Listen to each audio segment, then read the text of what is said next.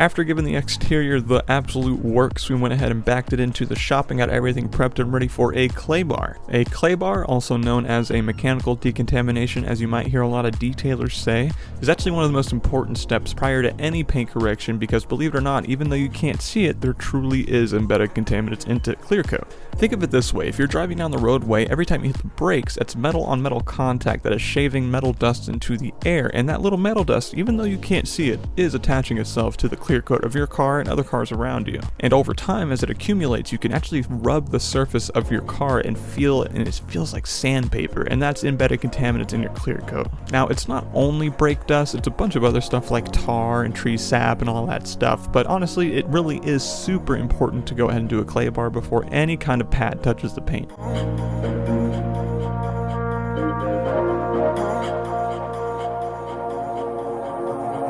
So with the car now being completely washed and decontaminated, we're going to go through and do some paint inspection. As you can see on the surface, it's in pretty rough shape, and that's why we're going to be doing some wet sanding to it. So I'm going to stop myself right there because this actually changed it. I did do a test spot for wet sanding on the hood, but then I also wanted to do a test spot with some heavy cutting, like with a compound and a foam polishing pad and all that. And it turned out that once I got through the oxidation, it can look even further into the paint, that the paint is actually cracked on the hood, the roof, and the top of the trunk. What does that mean? Some people might not know what that means, but whenever heat from the sun and UV rays and stuff is applied to paint for an extended period of time without any inhibitors, you have the chance of getting cracked paint, and this paint is all the way cracked through the clear, through the actual paint itself, and the primer. So there really is no saving this paint. The only thing I really can do is use a compound to get rid of all of the oxidation, follow up with some perfect finish, and just try to make it look so glossy that you can't see the blemishes. But it needs to be noted that it's only those areas in particular. The rest of the vehicle is actually in great shape. It just has the usual wear that you would normally see on a vehicle that hasn't been polished in quite some time and or taken care of, so it corrected up and polished out beautifully. So with that being covered, now let's go ahead and fast forward to the next day where we get these headlights nice and cleaned up. So now that I'm all kitted up, we're going to go ahead and use 1000 grit, 2500 grit, and then follow up with the compound and polish. I think I'm just going to do the compounding part and then go around the rest of the paint and compound it, of course, and then when I go through the polishing step, I'll polish it, and then of course coating step, coat it. Like my blue gloves, Harbor Freight was out of black ones, so we got blue nitrile gloves. Switching it up, keeping it fresh.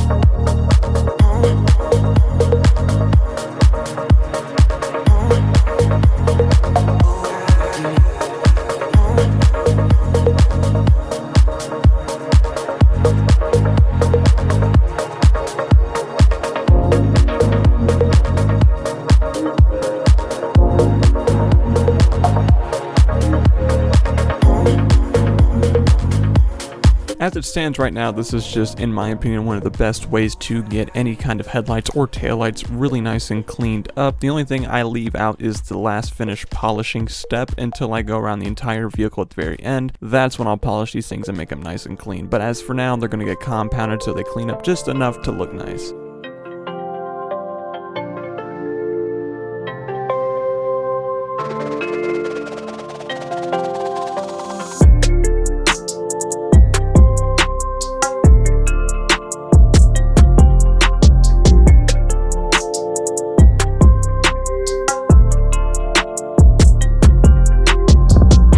While that is now done, we're going to take the 1-inch while I have a cutting pad on it and go through all the little 1-inch areas and get it all nice and compounded up.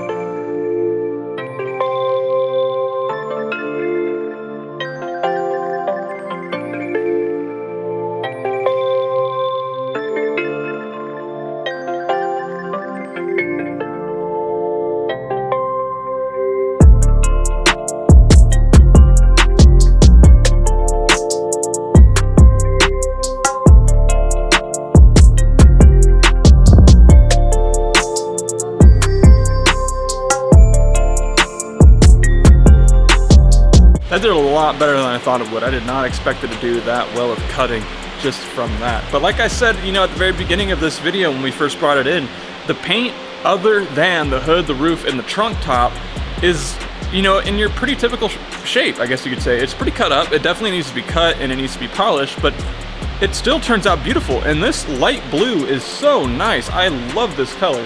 It makes me want to go buy an E46, but I got too many cars already.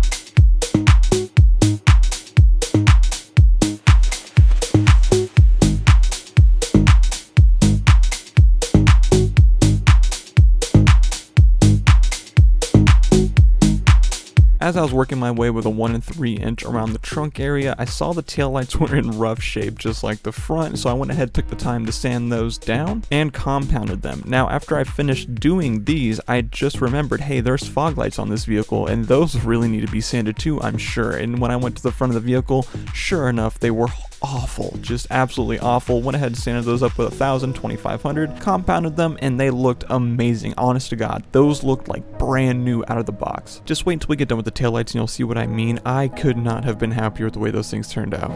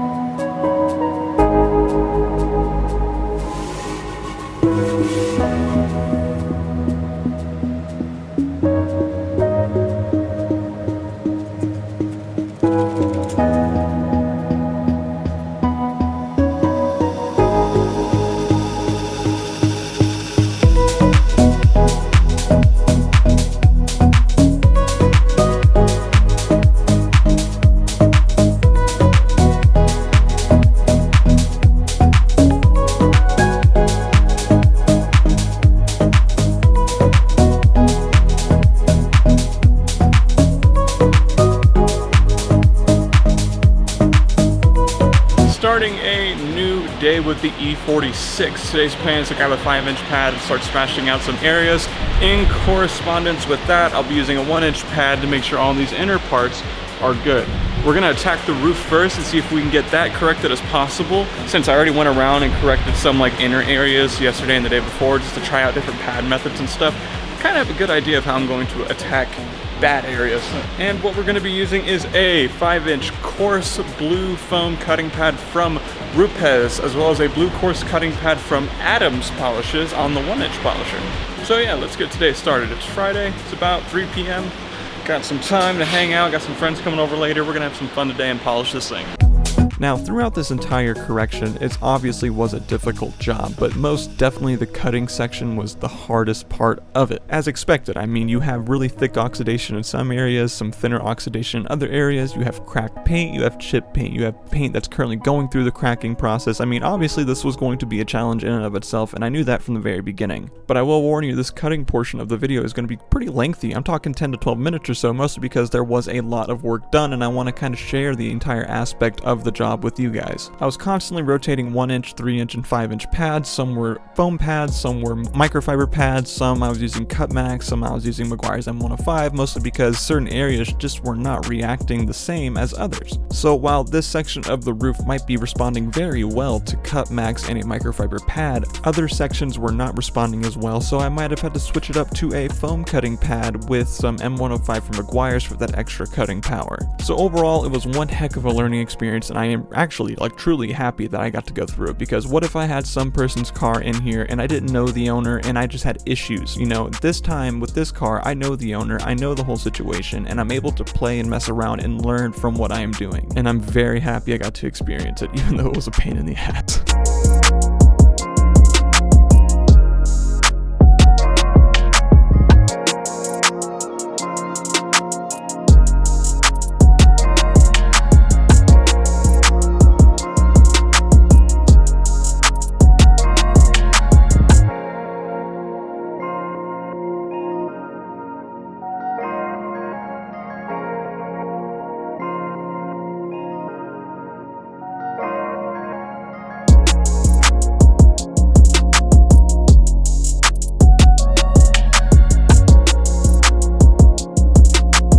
Alright, so for those who want to know what I'm using, I think I've covered it already, but Meguiar's M105, some of the hardest cutting stuff on the market in terms of compound. Very rare I pull this out. I'm not someone who likes to do aggressive cutting. I do when I need to, but by do, I mean I cut it 3 or 4 times with Cut Max because I know it's going to be pretty safe. But this stuff is thick, and this paint, at least on the hood and stuff, is screwed. Definitely need some heavy cutting. We don't want to burn through the clear, which we're not going to, it's okay. But we definitely need some heavy cutting power. I'm going to use this. I'm going to tape off the hood. Let's do a half and half. That'll look good for you guys.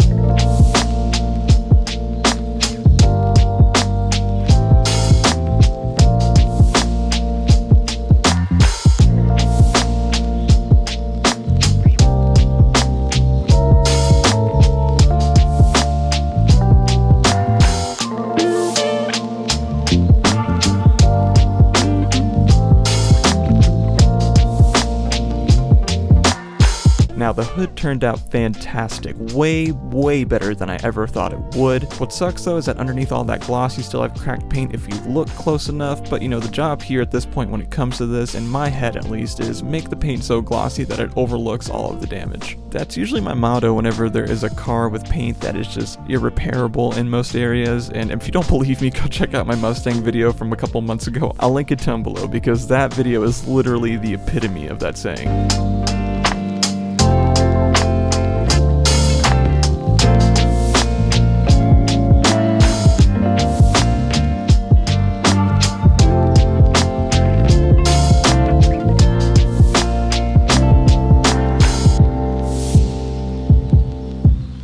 thing I will say is that I am very spoiled using cutbacks because it does not dust nearly as much as this stuff does. This stuff is dusty.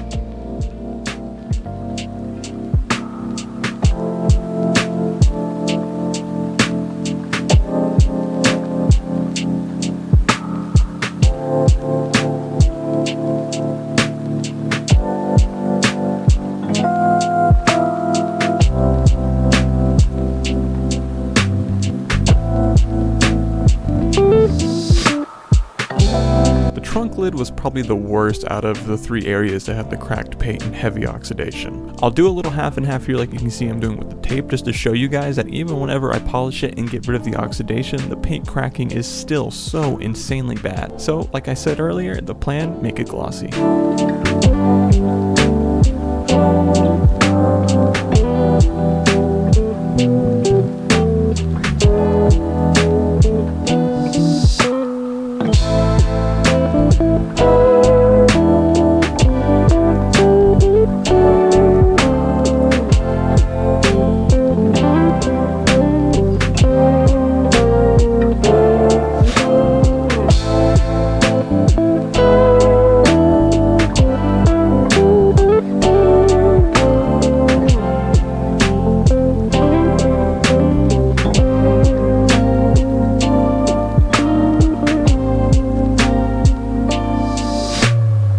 So today we're gonna hopefully finish up cutting. I have the roof done, the trunk done, the hood done, and now we need to do the rear quarters, the door. I already did the front quarters, and then we need to do the front bumper. So we're gonna be working with a 1" and a 5" to really smash this out pretty quick.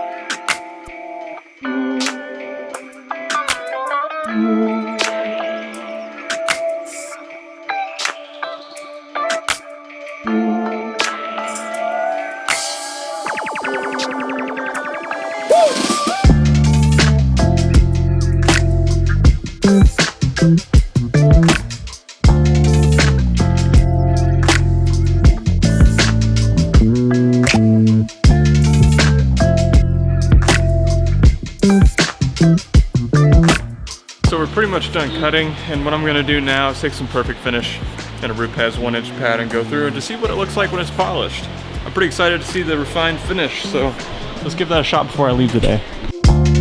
Now, the refining process was utterly shocking. Like, honestly, it was completely shocking. I had no idea that it would come and turn out this way. Like, even now, just talking about it, remembering how I felt when I saw me testing it before I went home, like you're seeing here, just blew me away. I had no idea this paint could look this nice. And of course, I did a lot of deep cutting, and with dual action polishers, you get a lot of haziness whenever you start doing some deep cutting. And because this paint was already heavily oxidized, it didn't look too different. But I stuck with it and followed suit with the process and went through the cutting and now polishing. Man, you know, just wait and watch the process of me refining the paint, because it is amazing, honestly. It's just nice.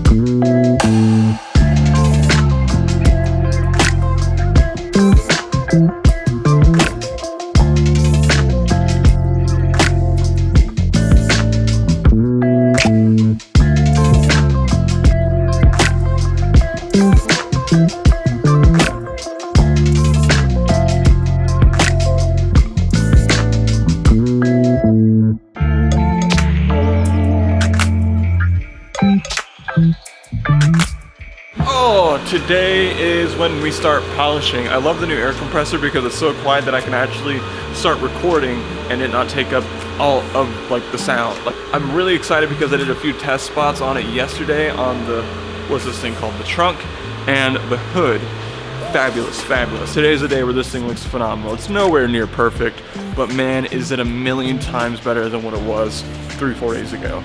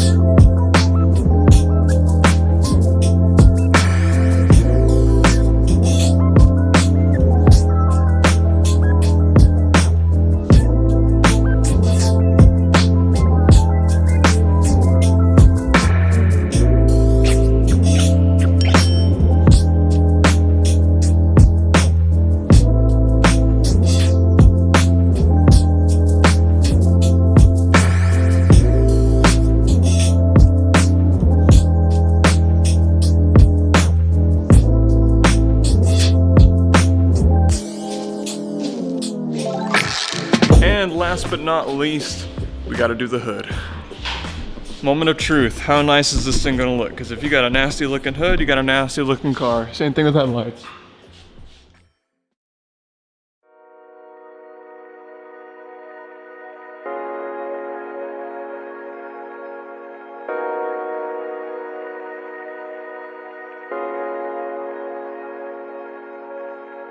You can tell immediately how well the hood responded to a polish. It was completely clear from the minute I put that pad onto the paint that this hood was going to gloss out. Granted, there's still cracking, we know this, but the gloss was just immaculate.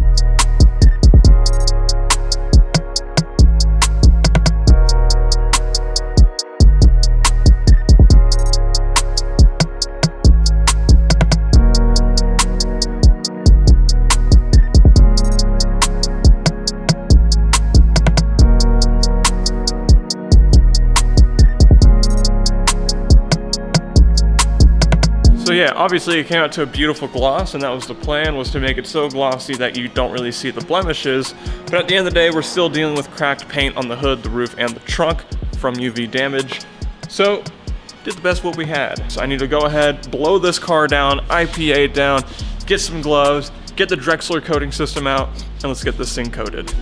The Drexler Ceramic Coating system is solid. I mean, there really is no other way to say it. It is an affordable coating that lasts a good amount of time. It has a beautiful finish to it. It's super easy to install. Everything about it is very nice. And I love being able to offer this one to my customers because it's a little cheaper than a lot of the other premium looking coatings, which means that if they have a budget for a certain amount, I can definitely work with them on that. And it's just easy. I mean, it's 2 base coats and you spray on the second coat after like 2 hours. How easier can you get? And this isn't sponsored in any way, shape, or form. I'm not getting paid to say this. I just really like the product.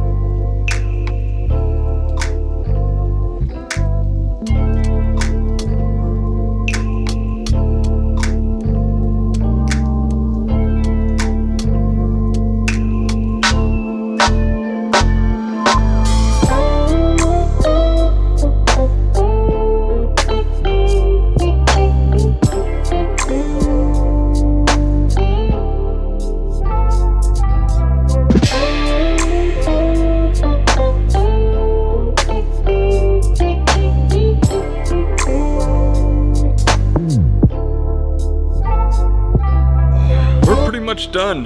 Man, what a hard job, what a hard job. Although it was a hard job, it was a pretty fun job. I'll roll some before clips now of how bad the paint was originally. If you guys remember at the beginning of the video, we saw that there was heavy oxidation on the trunk, the roof, as well as the hood, and cracked paint underneath that oxidation. Ultimately though, whenever I first got this car, I did a little quick test spot and saw that the clear wasn't completely destroyed, it was just heavily oxidized. So we depended on a blue coarse foam cutting pad to get rid of most of that oxidation and tried to make it as glossy as possible to cover up the fact that the paint had UV damage and cracked paint and all that stuff. Using the same pad setup though, I went to the rear quarters, front quarters, and the doors, and just, you know, we ended up actually fully correcting them unexpectedly. I did not expect it to fully correct and do as good as it did, but older BMWs have much softer paint than newer BMWs. Newer BMWs suck, man. They're super hard paint. So yeah, we ended up with some Drexler Ceramic, which is a very good kit. I am not sponsored in any way, shape, or form with that company. I really just like them. I usually don't take sponsorships as it is. If a company wants to send me their products for me to try, I'll absolutely try them. I won't endorse them unless I actually like them. That's the thing with me, and that's also why I haven't accepted a lot of sponsorships. So yeah, now we just need to put on some bead maker and some tire dressing, and I think we're good to call it a detail.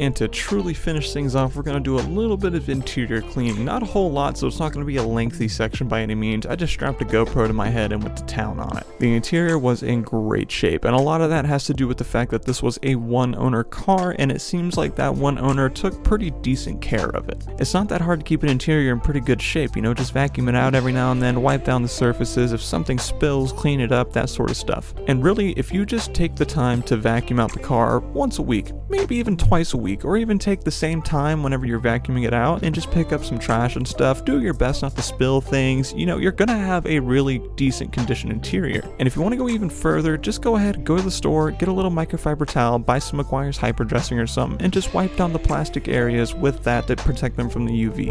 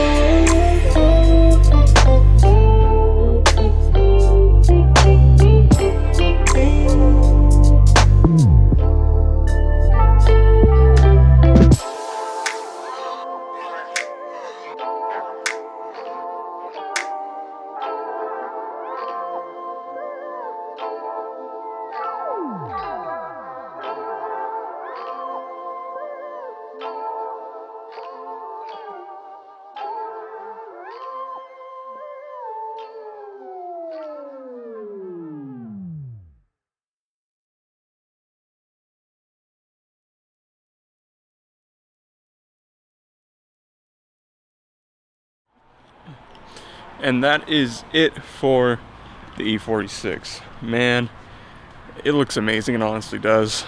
Especially now that it's all done, coated, corrected the best we possibly could. I love this car. I really want to get an E46 now. But anyways, if you guys like the video, help me out. Go ahead and press like. And if you like car content, go ahead and press subscribe. And if you ring that bell, you know every single time I upload a video. More stuff like this to come. Very excited. But after all of this mess, got 55 hours, one car, I'm gonna go home and relax. See you guys.